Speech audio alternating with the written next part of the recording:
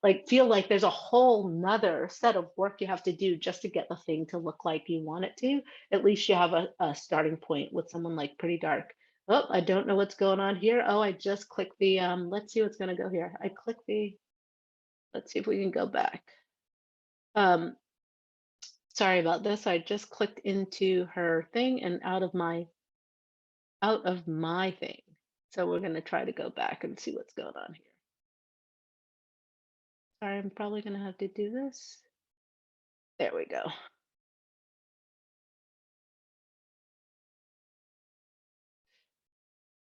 You know, I'm thinking about things like Alice Shepherd, right? Let's go back one. So Alice Shepherd is also known as wheelchair dancer. And Alice was trying to make a 3D, right? Some motion capture work. And as she was trying to do it, what they discovered was the system always tried to fix the bodies of her dancers who are in various forms of embodiment, right? And what does it mean when the system is always trying to fix you as opposed to letting you be who and what you are, the way that you are, right? So trying to think about how we start to really mold the systems to fit the world instead of taking this one size fits all model and going from there. And this is a piece by LaJean McMillen, who is looking at movement, and she's making a whole archive of digital spaces and movement that is specifically about Black movement, right? And archiving that and keeping that as a repository as well. So I'm interested in these places and people who are thinking through this idea of, well, how do we make that world, that digital world fit us, right? And how do we make the data sphere fit us? And that's what this project is really about, right? So this project is called Binary Calculations Are Inadequate. And actually, binary calculations are inadequate to assess us. And it's this art project that we started. It's really, there's a website, which you're looking at an image of the teaser website where you can go on and answer some questions. And then there's an app. And we're trying to figure out, like, how do we make the technological systems that we live amongst that often control our relationships or how we get into them, government entities, institutions, you know, medical systems, more caring. Like, what do we do to make them see us well and differently? And especially in the case of Black and Brown folks, right? Thinking about how do we get them to see us differently as whole people, right? And so binary calculation started in 2000, maybe 2020. It's been going on for a long time. And, you know, really it's saying, well, much of the data that's in wide use is inadequate to competently describe, assess, or support most of the people on the planet. I've come to this statement and this idea through the work I'm doing, like with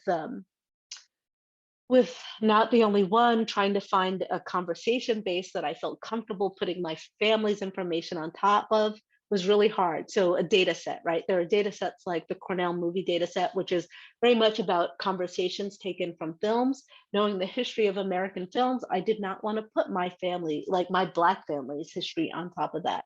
I know how laden it is and how much derogatory information is in that data set right away, right? And there are many, many data sets that people use and pull off the shelf in a way, right? To kind of start their experiments, make their work, and go. And what I find is each time I try to start a new project, I have this question of, well, what can I base my project on? And where am I going to get the information? Oh, I guess I'm going to have to, let's go back.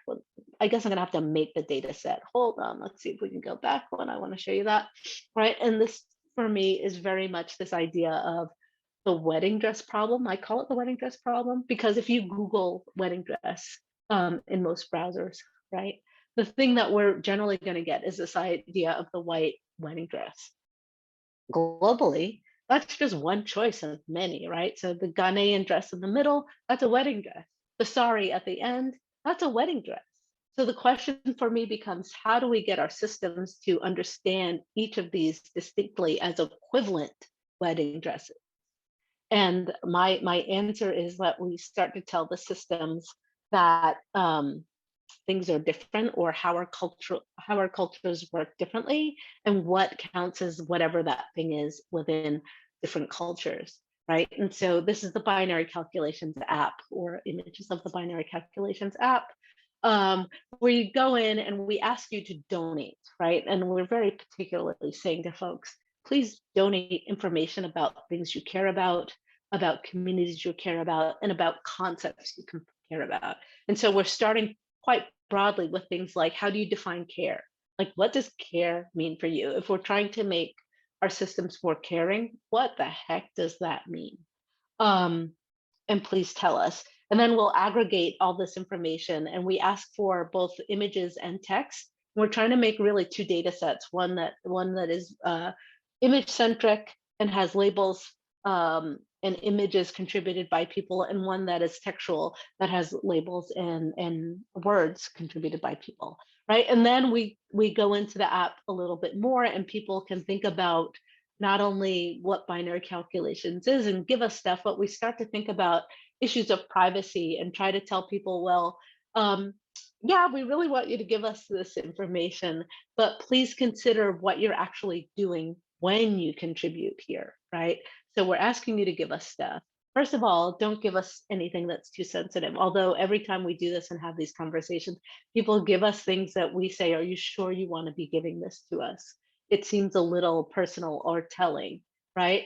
And we have conversations and workshops around the app and get people thinking about privacy, but in a way, it's also always kicking ourselves in the foot, because as we have these conversations, we're sometimes talking people out of contributing, but it always gets back to this idea that the donation will help build a data commons, right? Help create more descriptive, comprehensive, and supportive data sets that really represent our communities with complexity, love, and deep-seated understanding, and shape new ways of building more holistic algorithmic ecosystems that support our daily lives, right? That's what we're actually trying to do with this. So it's kind of this push me, pull me process where we're both asking for help and trying to talk you into, well, if you do help, be careful about it, and then take that information and grow with it as you go to other spaces. Let's see if we can go on. So, right, this is the thing. Can we create those data sets of generosity and care? These are just a few examples of some of the questions we've been asking so far. Upload an image that illustrates close attention, concern, or responsibility in any way you see fit. How do you care for Black women? And then we ask, of course, please help us. What should we be asking others donating?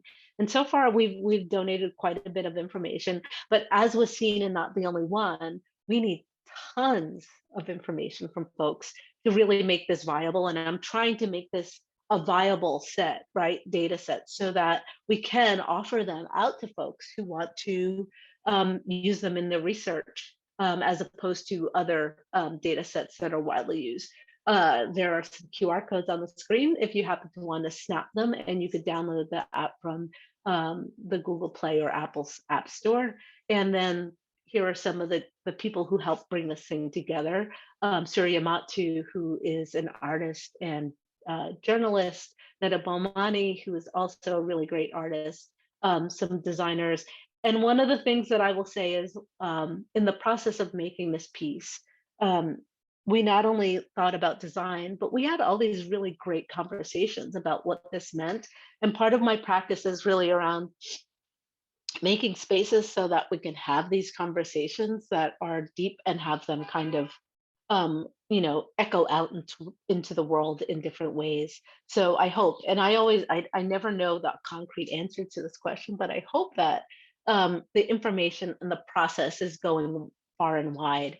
And this is an iteration of binary calculation as installed in a gallery. And we were using these odd hanging Chad voting booths from the US, where people could on site just enter their information on an iPad.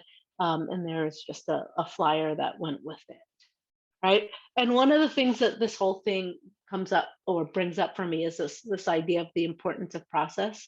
Like, without doing this project, I never would have seen how deep some things run. So what you're looking at is a set of tags or categorizations from ImageNet An ImageNet is a image data set that is widely used, right? And it's based on something called WordNet. So it's a lexical database. So it's trying to bring concepts and then tag them with information. And when I was talking with Surya, actually, we were kind of just having some chats and talking about the project and what we wanted to do, and then cruising some spaces, ImageNet being one of them. And I looked up Black people, and he was like, have you seen this? And I was like, what? And I wasn't really paying attention. And they said, you really need to look at this. And then we looked at what or how Black person is described in this data set, right? And for the most part, it's okay. But it also contains some historic, right? Some negative historic information. I'm always on the fence about, well, how do you deal with that information? How do you deal with these biases that come through?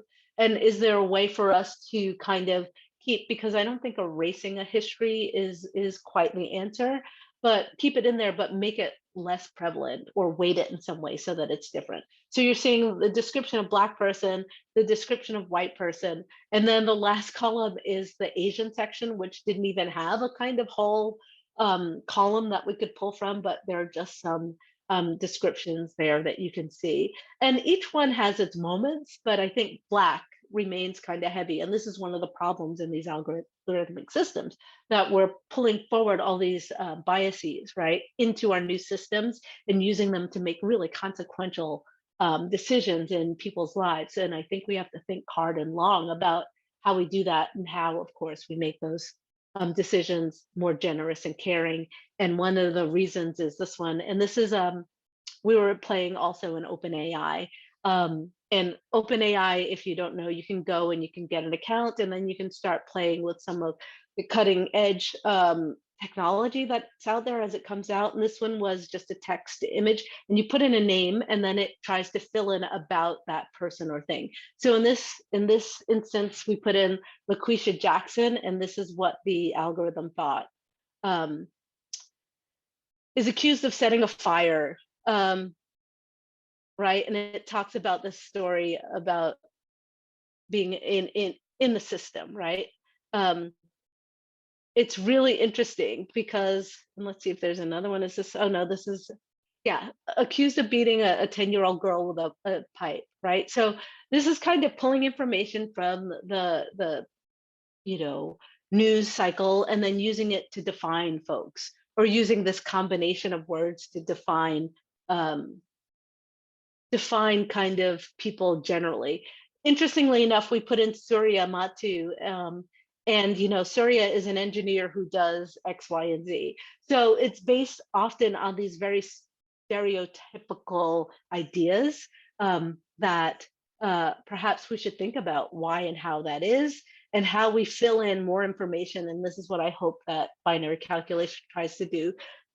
Fill in more information, more pictures of what people are and how they are in the world, and pictures that I understand, right? Because a lot of the definitions, like, I just don't even know where they come from, and I don't understand why what I do know, right? If I'm just thinking about this from a very particular standpoint, isn't included in the data, or there's not enough of it to make it strong enough to make that a different kind of definition.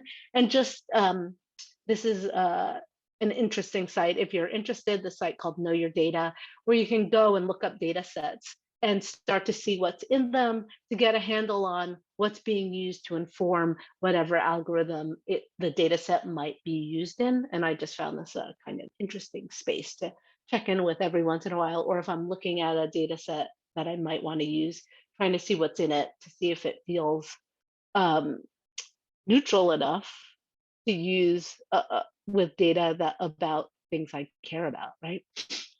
And so one of the ways that this work is all kind of taking form for me in terms of ideas is thinking about craft and crafting. I said I'm not really a coder, I'm a tinkerer. I've been thinking about that tinkering in a lot of ways in terms of craft and crafting, which is a weird space to think about within technologies. But I love this definition, so I will read it to you too. Craft demands care, risk-taking, duration, refinement, flexibility of process, and the conscious application of intelligence and so stands as a crucial counterpoint to instant answer push button living. Even if it is at times tacit, automatic, and technologically infused, craft holds out the promise of remaining apart from and gaining perspective on the machine.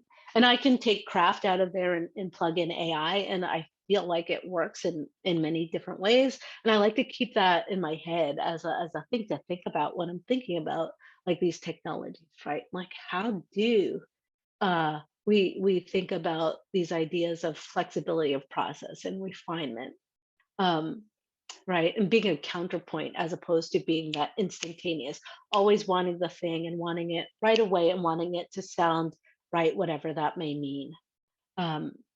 Right. And so this is kind of a way that I got here.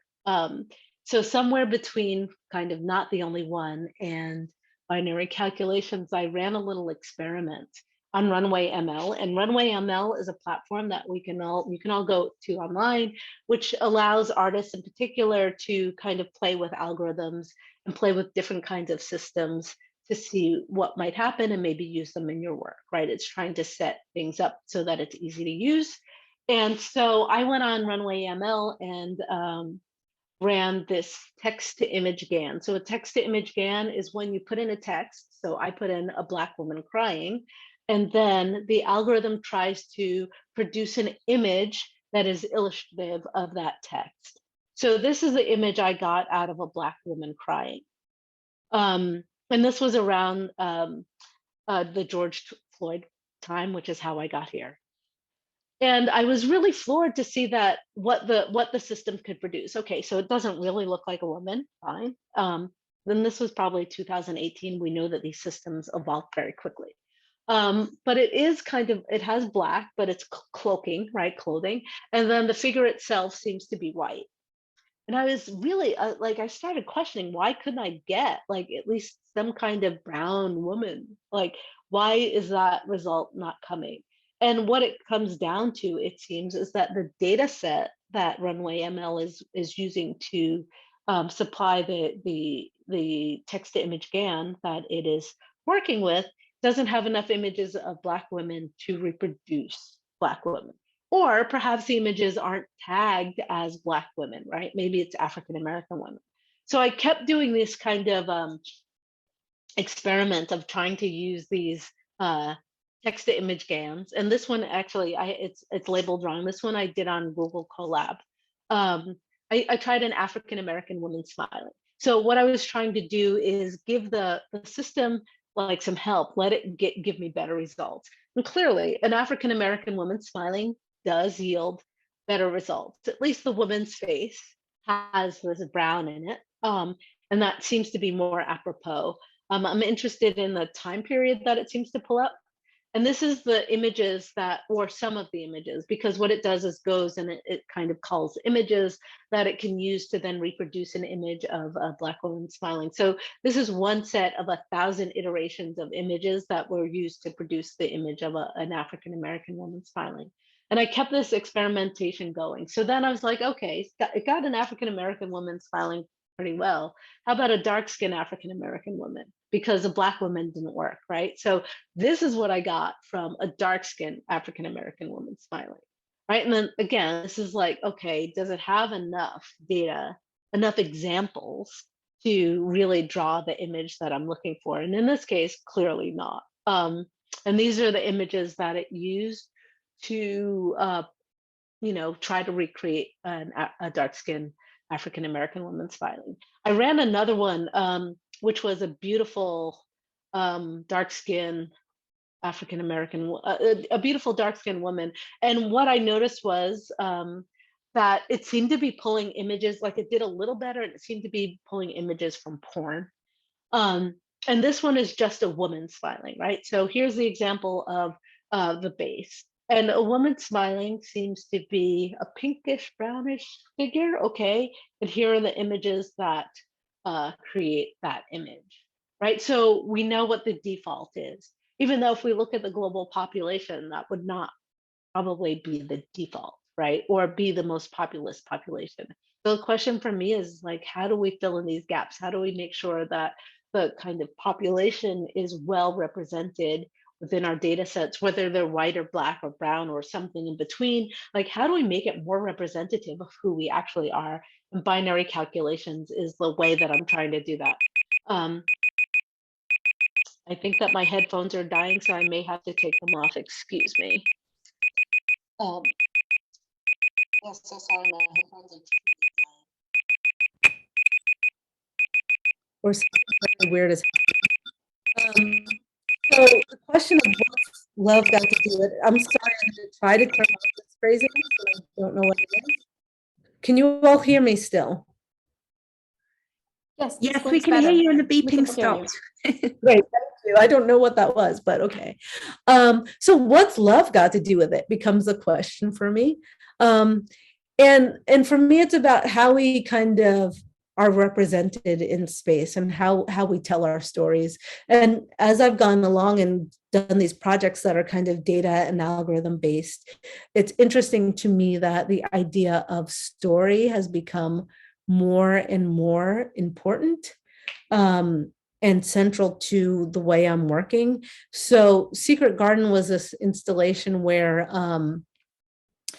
the stories of 6 women are told disjunctively, right? So there are all these stories that are told and offered, but not attached to any of the women in particular. And really, these are stories where we're going from the idea of, and this is very much a American story. So I was trying to imagine what it was like from slavery times all the way through a future that we don't know. And I'm going to try to show you the WebXR version of this because it was both an IRL experience where people could go through, and when people congregated, you got more story. When you were listening by yourself, you got a little less, but if you gave strong attention, it would give you more of the story, right? And so let's see if I can pull up a quick version of Secret Garden and here, and you all can visit the site at any time. It's Secret Garden .stephaniedinkins.com. Let's see if we can do that. Oh, let's see. Secret Garden. What's going on? Let's try that one more time. This piece is on view at the Queen's Museum at the moment. Here we are. I was wondering if it was going to take it offline for some reason. So if we go in here, and let's see if it's going to load. Here we are. Now I'm going to try a little audio again, but we'll see what happens. Because this is the WebXR version of this piece, and people could come in and kind of wander through. And as you wander, let's see if we can get you a little audio. There you go. You can cruise around, and if you listen, you'd hear stories become more audible or not. And if you kind of follow the story, you might find the women in this garden. And I'm going to try to, there we go. Valued experience in the 21st century is, despite terrors cultivated in a nation built on slavery, and by excavating our joy, we are very intentionally growing a protopian collective.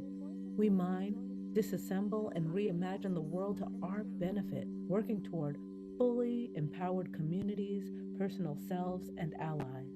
So if I keep moving here, like I might find another person, and you might hear the same exact story, but you might hear a different story. And I will say that this is a piece that's kind of based on my grandmother's garden. And the idea of, like, we stand on each other's stories very directly. Where are we going? Does anyone know where they are taking us? The sun is too much, too strong, too hot. I would give anything for the shade of a boba tree right now. If one were nearby, it would give me the water I crave and make better cloth than this scratchy sack dress I have been given. I will close this and go back to the actual thing. And I will say that you all can check that out for yourselves and take a look and cruise around. It's fun to do it. The best comment I've gotten about that piece was, oh, it's like I'm in the internet. And I really love that as a thing. But I've come to think of our stories are our algorithms. And, you know, over time, even before we had the idea of written words or almost language, we were telling stories to make sure we carried forward the things that we know. And I always wonder, well, how do we get those stories into the algorithmic systems that will be the kind of arbiters of our space? I'm going to show you this other one, which is called When Words Fail. It is also one of these WebXR pieces, and I've been doing a lot of these and thinking about ideas of feedback loops and how we make space for people to, you know, kind of express the things that they are feeling at the moment so that we can push forward into a new conception of who and what we are. So in this one, the idea is for people to come and answer this question. What do you need to release to move forward? Let's see if we go there. Things are slow today, but we'll see what happens. And when you come in, we're still in Greek land. Sorry, this was in Greece, so it has Greek. You see this character, and it's, let's see if I can hit enter. One is screaming, one is laughing, one is just staring forward. But then if you look around these orbs,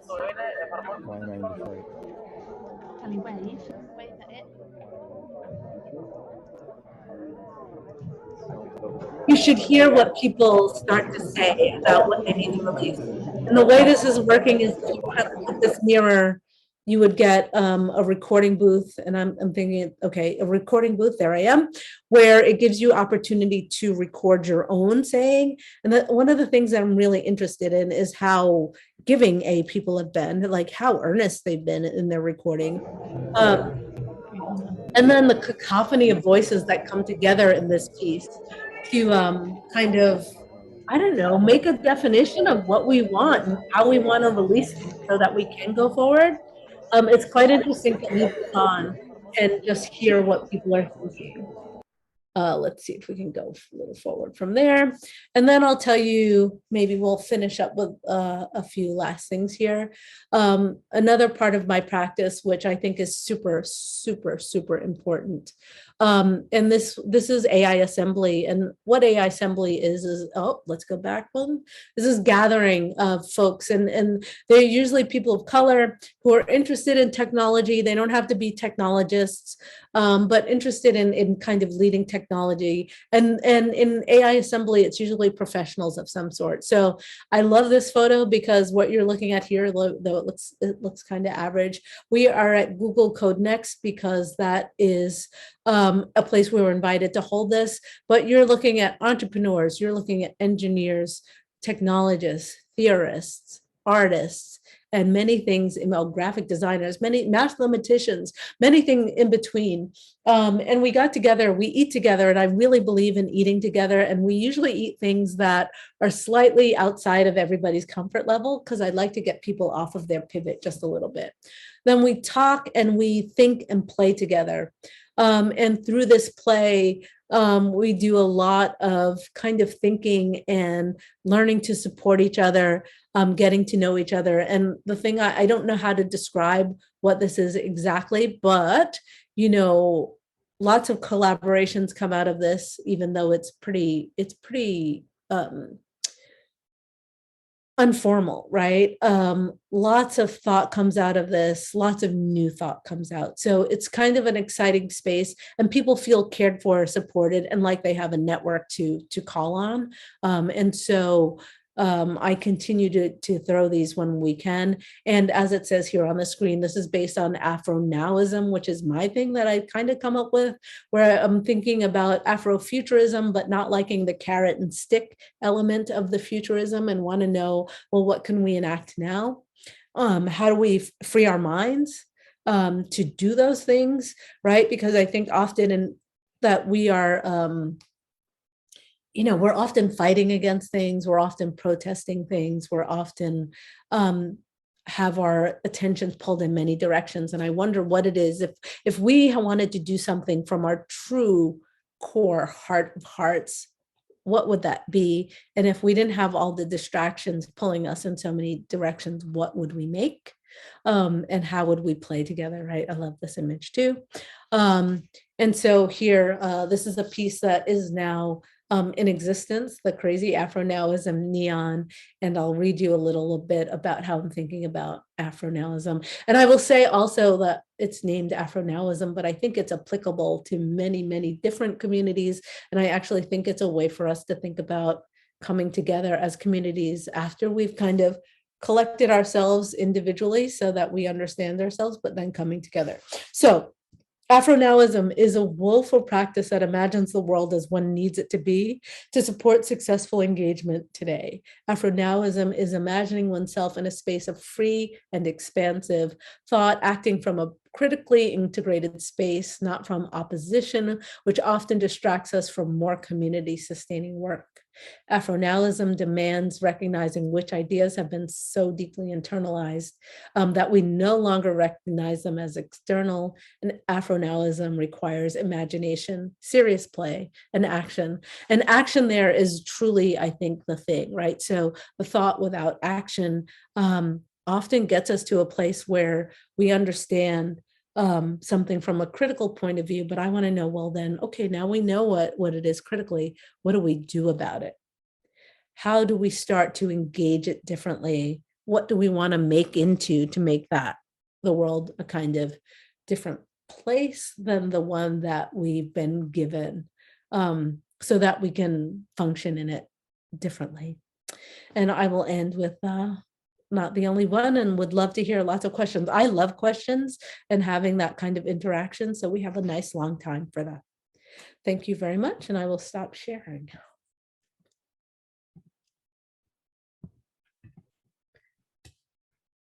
Wow, thank you, Stephanie. That was so inspiring.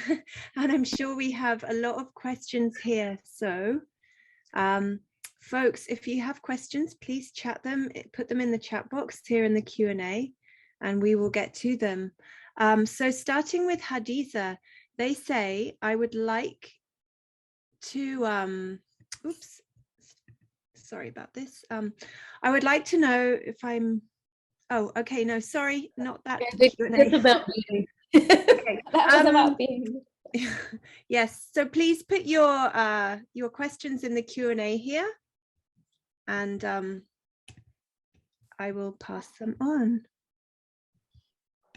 While we wait for people to post questions, I have a question, Stephanie, for you. And first of all, thank you for this wonderful presentation. It's so rich, and it just talks about your work in so many angles. But I think something that you said stuck with me. So how do you create small data sets? Because I think at the crux of everything that you're working on is this preoccupation about how do small experiences, our everyday life experiences, our oral histories that are not really well represented, make it into big data, and how we make small data competitive. And obviously all your art practice is doing that, but I wonder if you have some advice to students that are interested in working with data sets, besides what you've already showed us, which was rich, but any thoughts on it? Well, I actually think it's kind of hard, right? Because it depends on what you're trying to do.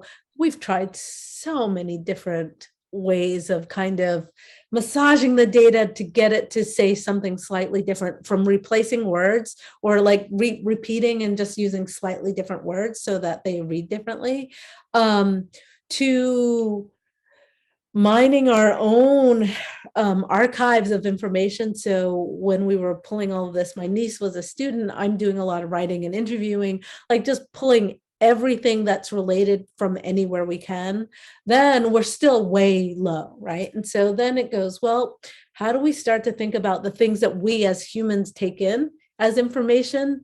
And is that a good place to pull, other dialogue models in, right? And so Not the Only One has some TV that we've all watched, right? Which is kind of funny, but very specifically chosen TV that we've all watched. So that, sorry about my cat. So that it's based on at least things that we have engaged, right? In terms of books and ideas like that. So trying those simple things.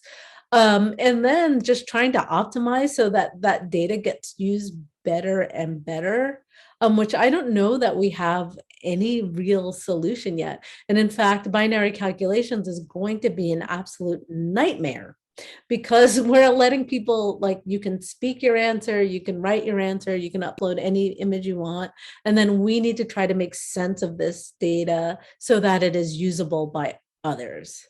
And I know that I've completely set myself up, right?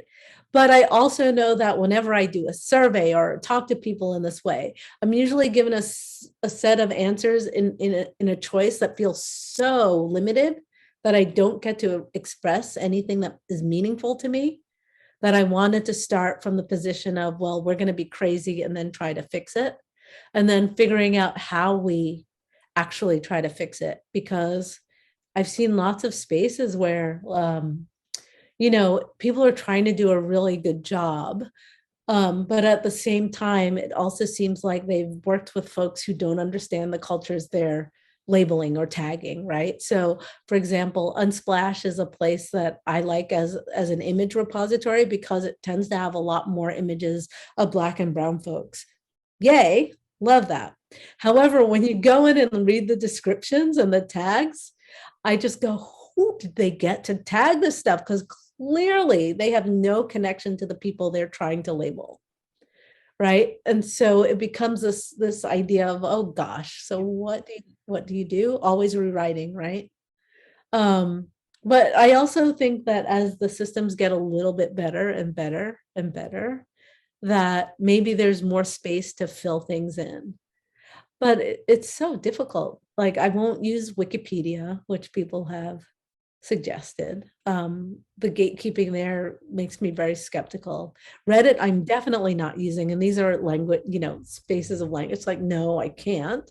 So, one of the things that I'm really into is people trying to think about how they form data that they would like to see used. And now that I'm thinking, it's like, oh, we need to all be forming this thing, and then in some way it's standardized, and then joining it to see how we get that to function in some way, so that different people working in different communities, like, our work does not stay in that community, but starts to inform the whole.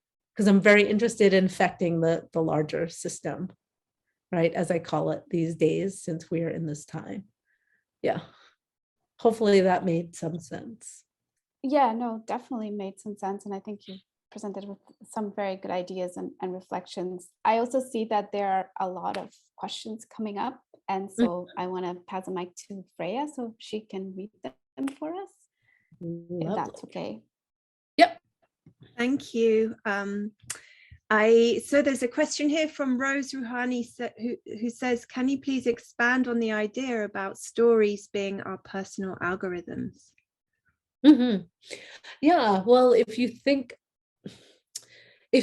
about the way that you were taught from when you were a little kid, right? Before you could read or write, you were given kind of stories and rules that have come from down the line. And your family tells you, like, where am I from? Where are people from? How did we get here, right? Those are stories that are kind of informing who we are, what we are, and actually how we act in society, right? Because I, for one, right, so I come from a culture where I don't have that firm foundation of a firm story to work from, because we've been pulled from somewhere else. So, and I grew up in white neighborhoods, which makes a difference. So in school, I would always feel like, well, I don't have a story. I don't know where that is. Of course I did. I had a home story that was coming, but that deeper kind of depth story that people kind of stand on, which is important, right? Because it gives you this confidence in the world, I think, to move through it, becomes this idea of, well, that's part of your algorithm, the way you know, the way you gain confidence, the way you know where you sit within a society. And I think we're constantly telling ourselves these stories. Sometimes we're telling ourselves good stories. Sometimes we're telling ourselves like, repetitive, horrible stories that carry forward the same old ridiculous myths about others, right? And so for me, the question is, how do we all start to massage those stories and change them? And I don't know if you all watch TV, but I watch way too much TV. And like, they're clearly trying to change what the narrative is because of this moment, right? Like you see it very clearly that suddenly things have shifted in this way where like there are brown families, there are Black families, there are different shades of brown families. Like it's kind of crazy because it's just like, I'm not used to that. And that's one of the ways that we are training ourselves in the ways that we relate to each other, right? And so this is our algorithms. I'm always skeptical about leaving it to like, I don't know, people who do commercials and people who tell Hollywood stories to do that for us. But this is one of the ways that we're training ourselves in a big way. And so, I think the more we each tell our stories to our families, to our communities, to our classmates, to whomever, the better chance we have of kind of making, and I think the headway is always small, right? But making a little bit of headway, making a little bit of change. But I'll say at the same time, I'm the idea of this like massive change very quickly is kind of frightening, right? Because when we get this massive change, we get people who are really, really mad. And we see that too, right? Like when the algorithm changes on a dime, we get crazy. So then the question becomes, well, how do we usher it so that, we're taking care of ourselves, we're taking care of those who feel put upon. Like, I think there's a lot of care to be put into these systems, right? Not just like, I don't think you can just change everything like this and expect peace, right? Wish we could, but it doesn't seem like that is a good trajectory. I hope that is helpful. Thank you. Just another question leading on from that and this idea of storytelling and in particularly listening. Stacey Copeland asks, they say they would love to hear more about your interest in sound and voice in these questions of care, breaking binary, multi-generationality in data and AI, and the role that sound plays in that for you. Yeah, sound is so important to me. I feel we take sound in passively and actively, right? So in fact, the soundtrack, well, the audio track, the kind of music track for Secret Garden is Singing Bowls, which is sound to heal. And it's very specifically that, because I feel like we just take that in passively, right? But then this idea of voice and the way that we take in the idea of voice and I don't want to say talking, because I don't know that I believe in talking as much as I believe in sound in general, right? But I think the way we take in sounds really kind of goes right into our nervous systems in different ways than kind of reading it does or just seeing it does. And so I try to engage those spaces through the project. And listening for me, like I think that I don't think we listen that often, or we don't listen deeply, right? And so setting people up and rewarding deep listening to me is something that I'm very interested as well. Like, and actually giving people work to do, because like not the only one, makes you work. Secret Garden, in order to put the stories together and really hear them, you have to work for it. You have to be there and put in the extra effort. And I'm really interested in like getting people to, slow down, put in the work, listen hard, listen deeply, and then maybe tell somebody else's story of their own, right? But that's super important to me. And I think we're here. And one other thing about listening and sound, or maybe listening, I feel like we have very much tunnel vision in terms of who and what we listen to as a meta culture, right? And so interjecting stories that have hooks that I think anybody can, like, if you really listen, you probably hear yourself or your own story in it as well. But that those stories need to be part of the bigger picture. And that's the way we get to care, in my estimation, but we'll see. Thank you you. so much. Shall I just give you this question from Elizabeth, who says they're really interested in what you were talking about regards to letting the glitches into your work. And could you talk please a little bit about going forward with technology without this idea of mastery and what that might mean? Oh, thank you. I love that. I think it's super important. I think the glitches are where the richness is, where the discovery comes from, and where we stop fooling ourselves about what the technology can actually do, right? Sometimes it does some things well, but it's still very narrow. So allowing the glitches, I think, gets people to think a little bit about what works and what doesn't. But without mastery, I love, because it's the space where I hope we start letting people who are not necessarily welcomed into spaces and getting them to start working with things. So I'm more interested in getting people to start playing around in like the field. And if that's on a platform, even like Dialogflow, a Google platform, I don't really care. What I do care is that you start engaging it and thinking about the things you would like to do with it. Really. And as you get deeper and deeper into the things that you want to do with it, then what do you do with it after it? So like working with in workshops with kids who are like trying to do patois, like Haitian patois in Dialogflow, and having to phonetically, like we were just writing everything phonetically, right? But the magic of hearing that come back at you or at them was really great because they were super engaged. Right. And then getting that to do something and then saying, well, here's this next step. We have to do a little extra work to do it. Are we in, and how do we do it? And maybe it means going to GitHub and downloading some code and then starting to get that to work and then starting to pull it apart and changing little variables just to see what happens. And then saying, well, if you feed it something that you're really interested in, what happens? And really trying to get folks hooked in that way. And for me, that's also about like skirting what I will call the hurdles that one usually has to go over to get involved and work in these spaces, right? Because as I say, like if it were left to me to come in from the front door doing it the usual way, math would have tripped me up 10,000 times ago, right? So I would not be here or working in it. But, you know, my tinkering has allowed me to tinker deeply and talk to some of the world's experts in this stuff.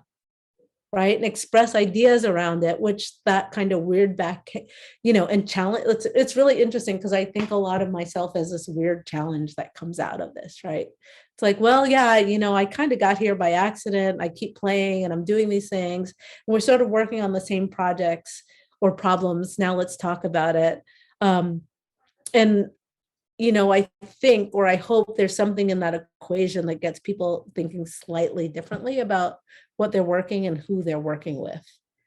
So, you know, mastery for some folks is great, but, you know, just playing around for others, if that's the way you need to get in, get interested and get working, I'm all for it. And even if it's just wonky as all get out, right? The result. So, yeah. Thank you. That's really interesting. And that leads on to this question from Andre, who asks whether you have ever come across an AI that you felt was malicious or made you think, oh, that's dangerous. That's a really good question. I want to say I haven't particularly come across them. And usually when I do think that, it's not the ones that you might think, like things that are kind of biased and crazy. It's the ones that are more normative, that just don't recognize things, right? Or don't have the capacity to kind of see broadly. Because the ones that are crazier, it's like, okay, let's think about what this is and how we do it and why it is, and is there a counterpoint to it. But the ones that, like, I live with both Google Home and Alexa and Siri because it's on my phone.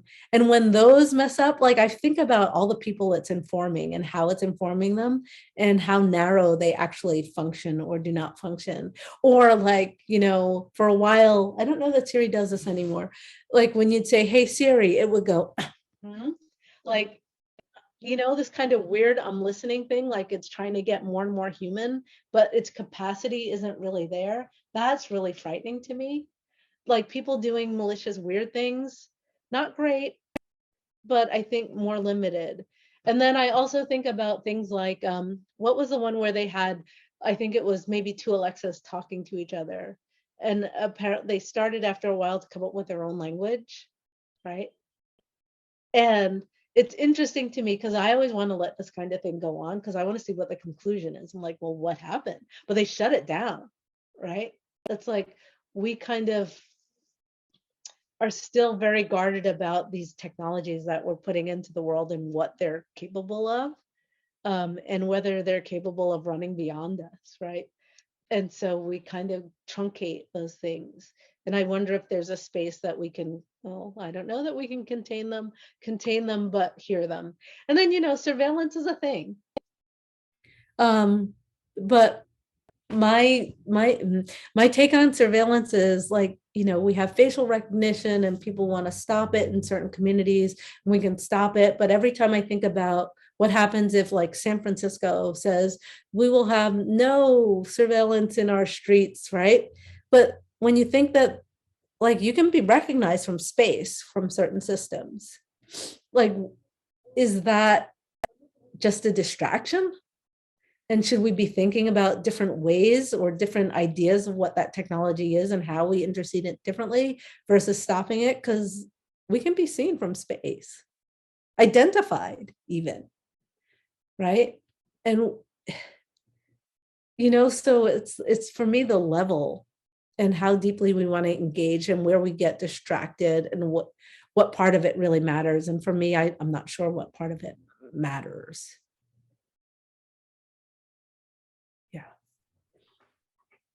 Really interesting. Talking about this idea of the evolution of technologies, and there's a question from Alfredo who's interested in the digital inheritance of your artworks. And they say this project, not the only one, considers 3 generations, but do you see it transcending further down the line? Yeah, it's already its own thing in a weird way, right? So it knows what we've told it, but it also seems to every once in a while, it'll just come up with something that is its own thing, right? It's kind of like when you see a little kid or that well, and that kid says something like when they start going to school, because usually they go to school and all of a sudden they come back with these ideas that you're just like, what the heck? Where did you get that from? But it starts to kind of develop these weird ideas on its own. So I see it as something that inherits our ideas, inherits some of that ethos, but is also just developing the way it puts those thoughts together into something new. And that's really interesting to me. And that's one of the reasons I like the glitches and the weirdnesses, because that's where the kind of something new comes from. And something just, I don't know, it's kind of weird to think of. Like, I often think of Not the Only One as the 4th contributor to this thing now, right? So it's the 4th entity within it. And I've come to call things entities because I don't know what else to call them. And I can imagine that, its character will continue to develop in its own way, little by little. And we'll see what happens, right? We'll see how it goes on, or we'll see if it gets stuck, because there's a point in which, like, it's built on TensorFlow. It was really built on TensorFlow 1 point something, right? Which means we're coming to the end of its support. And the question becomes, well, what do you do about that? And how do you move it forward, or do you let it be? And I'll say that in comparison to Bina 48, where they've updated it to a much more contemporary system, which is much more fluid in its answers, but I find it so much less compelling. Right? Because now it just seems like it answers specific questions well, which is like, oh, okay. I don't know. I love this idea of the digital entity. And there's a great question from Tanya, who's talking about the aesthetics of your works, because they're all very appealing visually and they draw you in. And Tanya wants to know why you choose the flowers that you chose, for instance, in Secret Garden, or why you chose the materials, for instance, the glass for Not the Only One. What is it? How do you make these material and aesthetic choices in relation to the theory? Yeah, this is such a good question. It's all wonky, like wonky things from my past, right? So the flowers in Secret Garden are very specific. It's cotton, it's okra, so that's very much historic. It's pansies, which my grandmother grew. It's roses, which my grandmother grew, right? So it's this combination of kind of what was put upon us and agency through these flowers, in a way. So just kind of culling together that our myth again in different ways, right? And trying to make sense of it. I also think about the agrarian stuff about cotton and okra, because I think about, well, what if we still held on to that knowledge, right? So what if we were still using that knowledge? Because there was a lot of knowledge that, especially here in the US, people don't want to acknowledge, especially young Black folks, because of where it came from. But it's such a good foundation to move forward with if you really think about it, right? So I think about that a lot. With Not the Only One, you know, that was much more about process and just figuring out, well, what do we do? We're working in this digital space. I guess we'll all get scanned. And I had these scans. And I've always loved glass. There's something about it. And people like to make the association of silicone going into like chips, but it's pretty basic. And really that form is my favorite kombucha bottle twisted in Photoshop with our head stuck on it and getting it to be something that sort of felt okay, right? For me, it's a lot of play in that sense, right? And trying to get to something that is attractive. And I believe in seduction in objects, because I think, you know, objects pull people in, which then you can kind of draw them in and get them thinking when they didn't think they were going to be thinking. And I love that. Oh, that's great. And that really leads on really nicely to this question from Tyler Campbell, who's asking about what would a core curricula look like for youth in K-12 for AI, and thinking about your Afro-nowism care and the intergenerational collaborative spaces. Wow, you all have really great questions, right? That's a great question. Of course, I don't know yet. Like I'm trying to think this through in terms of curriculum, right? Because I feel critical thinking first and foremost. Like I want people to address things critically instead of learning things by rote. Like let's think about things, let's play, let's touch things. And I think if we can keep curiosity alive, if we can stop like barring things because you didn't get through a hurdle or a test, and allow you to explore and learn from that, great. Like that, I would be so happy to have like a society that's really kind of truly thinking through ideas and where they are. And then in terms of like really getting into the nitty gritty of the technology, again, I'm gonna try to help people play with it and try to get them started in a place where they can. So if you have a kindergartner where you can start maybe using Scratch to kind of get them to put things together, but I don't want to be so this is the problem. I don't want to be so platform dependent where, you know, you start to consume through platforms, but not alter and change and make new things. So there's somewhere in there where I want to get you comfortable to play, but then make sure you're moving on into independent thought and really playing without the rules in place. And that's a lot harder. Yeah, that's a lot harder. And I don't know what that is yet, right? It's funny because I try to get family members interested. And it's like, how do you get them to start doodling and playing with the technology when they're not interested, right? Or taking it seriously. Kind of difficult in some ways. So sorry, I don't have a good one for that, although I'm thinking a lot about that. And if anybody does, I would love to hear your thoughts around it, because I think it's important that we do start thinking about how to bring this into being as a curricular, as a kind of general thing that we're learning. Ways to both recognize the systems that are around us, and then not being satisfied with recognizing those systems, but actually ways to intercede and contribute to those systems as well. We need a better answer for that, but okay, we'll think more. That works. And I'm wondering how that relates to activism. So Jordan has a question here asking about that and what role that plays in your work. Yeah, it's so interesting, because in a way I'm like, I am not an activist, but in the way I'm such an activist. It's clear to me that, like, I believe what I think, what I'm working on, I believe it, right? I think I've seen enough change and reverberation that it feels worth doing, right? Then the next question for me goes well, how far will you stick your neck out to do this, right? Because that becomes the true question to me, like, how invested are you and how far are you going to stick your neck out?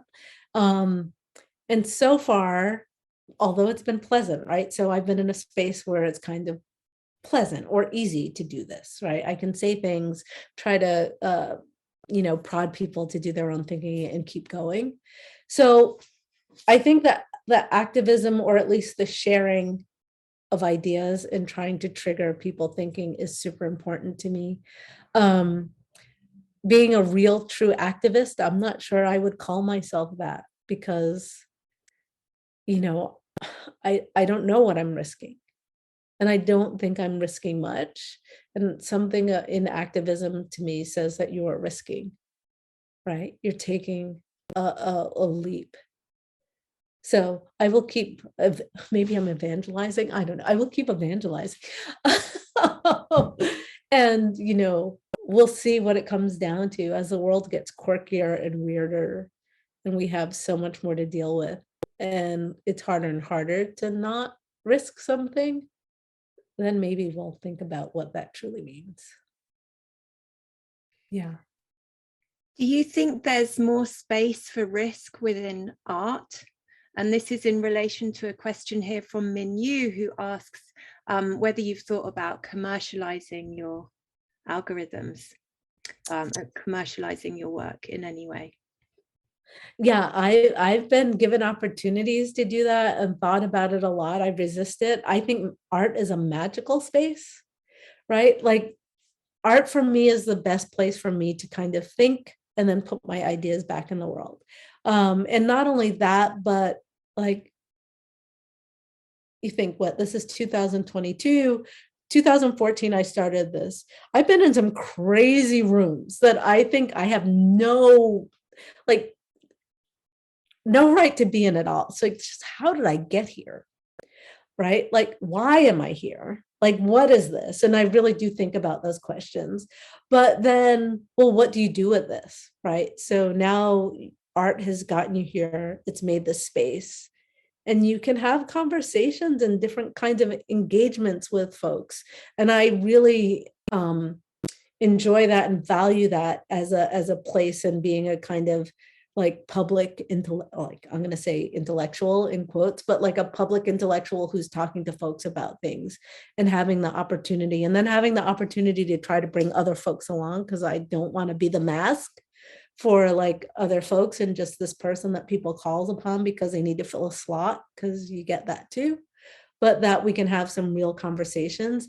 Yeah, it's an interesting thing, but I do think art is, like, I don't know what other professional title I could use that would allow me the latitude that art has. Yeah. Thank you.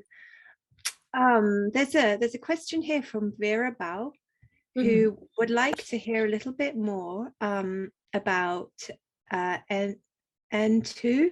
I find that I was reading about your work N2, and I find it very distinct, as many of your other projects are digital based, but this one is material based. Please, could you talk a little bit more about it? Oh, that's interesting. Let's go. So I would say that N2 is really digital too. It just has a physical manifestation that allows people to interact with it, right?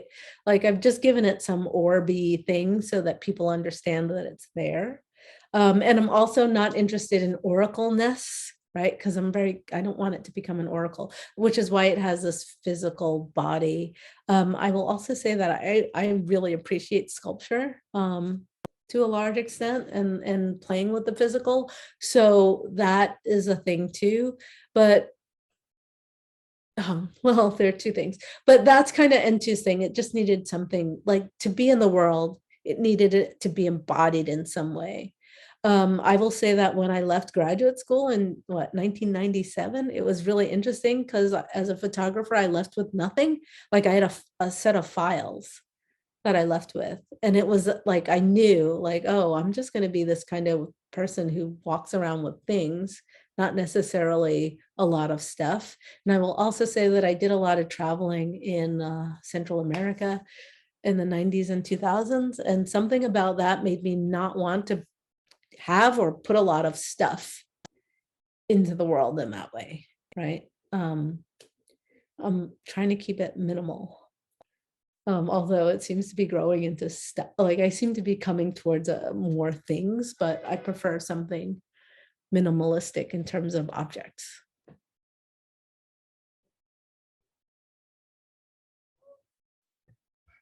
Thank you. I'm just scrolling through the questions here, and I'm cognizant that we just have like 4 minutes left. So yeah. Let's just see if anyone has a last question, they can post it now. You've touched on this, but I'll just pose the question from Amina Ahmed Nejad, who asks about the bias in data and how feasible do you think it is that this can be adjusted after so many years of racism? Yeah, it depends on what day you catch me on. I don't know. And I don't know that we've come to an idea of what, like, I feel like there needs to be an agreement that that is something we actually want to do. I mean, you know, right now we hear a lot about bias in data and bias in AI, and people are bringing people on to kind of address it, but I'm not actually sure how much they actually want to think through what it means to address these things and what it means to think about like historic stories and biases that are deeply embedded in much of the data that we pull in. So I think there's like this idea of we have to come to some kind of collective agreement on what we want, because the data is coming from so many places in so many ways. And for me, that would be the first step. And for myself as a maker, like one of the reasons I just make this stuff is to say this is possible, because, you know, like when I first started Not the Only One, people were like, you are crazy, this is never going to work, can't happen. Like people would say this to me routinely. But okay, now Not the Only One is out in the world. It's kind of wonky and crazy, but it does its thing. People are more talking about small data. I'm not saying that is me, but I'm saying like people are starting to consider it really in a different way. And so it's interesting to start thinking about navigating for, well, then how do we actually do it? I don't want to just complain about it. Now, what do we actually do? And that's that action thing I keep harping back on. And I don't know what that is. Like I said, I don't know that we whitewash the history, right? And whitewash it completely. Like I'm sure that they could just take out every N word somewhere, right? They really wanted to. But that leaves us with a false sense of who we are. And so I'm more interested in having some way of kind of, you know, the asterisk with it so that it gets counted differently. And I don't, sorry, you got me spinning, but you know, it's a big problem. And I would love to believe that we're going to take on the challenge, but I don't think I actually believe it, which is why I like challenging the systems to kind of see it. But we see what happens when people challenge the systems to see it, right? Timnit Gebru being an example of being inside Google and, you know, trying to do the work she was actually brought on to do and then let go. And I will say that, you know, it's been an interesting year for me in that I've been invited to apply for many like diversity and inclusion positions. I'm just like, I won't. Like, I feel like you have to have the system and the kind of support behind that to actually do something, as opposed to just stepping into a position that makes it look like something is happening. And I hope that, you know, we figure out the way to make the real things happen versus making things look like they're happening. Yeah.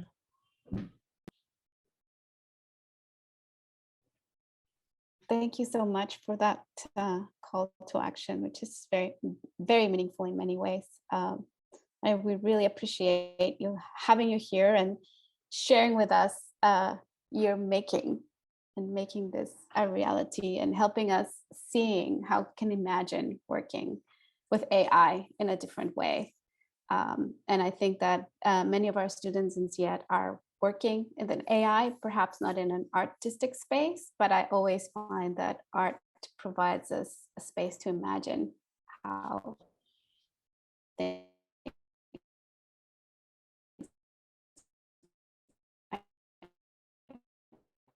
work. We're losing you, Gabriella. I was wondering if that was for everyone or just for me. Okay, well, thank you. I feel like that's a really wonderful place to end and so much to think about. I feel personally very moved by your talk and I'm going to be thinking about it for many days to come. Thank you. And thank you, everyone. Are you here, Gabriella? Gabriella's frozen. There's always a glitch in the machine from somewhere. There's always a glitch in the machine. Yeah. Okay. Yeah, thank you all. This was great. Thank you, Stephanie. It was really wonderful. And thank you everyone for joining us. And we look forward to continue the conversations in other spaces. I'm so sorry, my internet decided to act at the last minute. I just want to say thank you again. I guess the meeting is closed. We'll be in touch. Yep. Thank you so much, Freya. Thanks for all the team at SFU that made this possible, to Claire, Spilix, Sandy Morrow, and Jenny, who've been helping us a lot with this. Yeah, thank you all. This was a pleasure. Thank you. Thank you.